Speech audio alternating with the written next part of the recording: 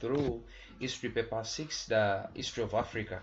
So today we are going to look at the African pre-colonial societies, and during the 19th century, Africans societies were divided into two phases. We had the so-called centralized system of governance, and this was comprising of what they called this centralized societies, and then we had this decentralized system of governance.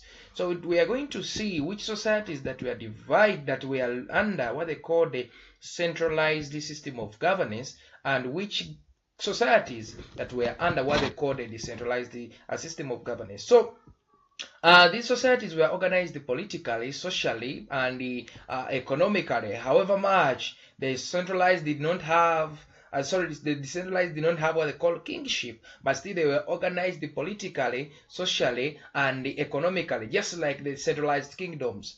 The good examples of centralized societies we have what Buganda, Bunyolo, Ankole, Dahomey, we have the Zulu, we have the Asante, we have many societies that were organized in what they call a system, a centralized kind of governance. Then we had those that were organized in the, what we call the decentralized. We had what they called Akamba, we had the Chaga, we had the Igbo, we had the Nyamwezi, and so on and so forth. So we say African societies before the advent of colonial rule were organized politically, socially, economically, despite the fact that many other Europeans, travelers and explorers did not understand this kind of organization. So since these explorers did not understand the kind of organization that Africans they at least prepared themselves,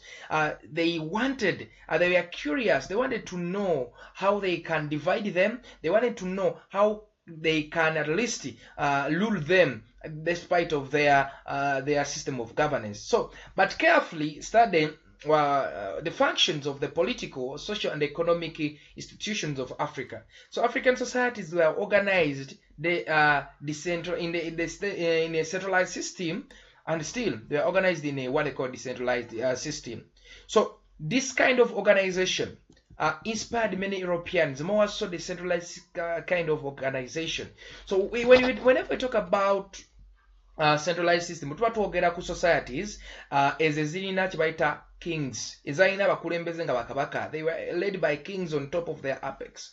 Bwe tuba twogera ku zebayita decentralized, zakulemberwa nga kyebayita group of people, or like the elders, zakulemberwa nga abakulu mu byalo, bafunanga abataka, abaami, abasajja abakulukulu, ne babagamba nti kati bano byaba batukulembera. Era ezo zebayitanga decentralized system, as decentralized societies. Bamanyi ziyita decentralized oba stateless.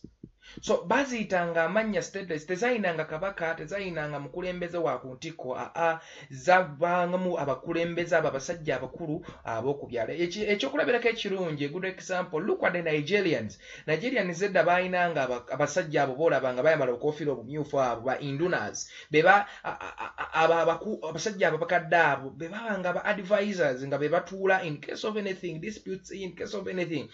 Bwe bafunanga olutalo oba balumbiddwa, kwegamba bayinanga what they call bodied boys, men in the society, bano be bavangayo okuprotectinga the society. So system of organization yo eyabwe yali yanjawulomu. A good example here of the decentralized societies, they did not have what they call leadership like kings. So these societies include the Iteso, the Kalamajongs, the Masai, the Kikuyu, the Chaga, the Yawo in the East Africa, the Igbo in Nigeria, and the TV of Ghana. So these societies did not have, just like the way we have the Kabaka of Buganda, just like the way we have the other societies like they have Omukama, the Basoga, they have Chabazinga. For them, they don't have that. Just instead, they had leaders, elders who could at least help in guiding them. And the system of leadership in their society was not hereditary.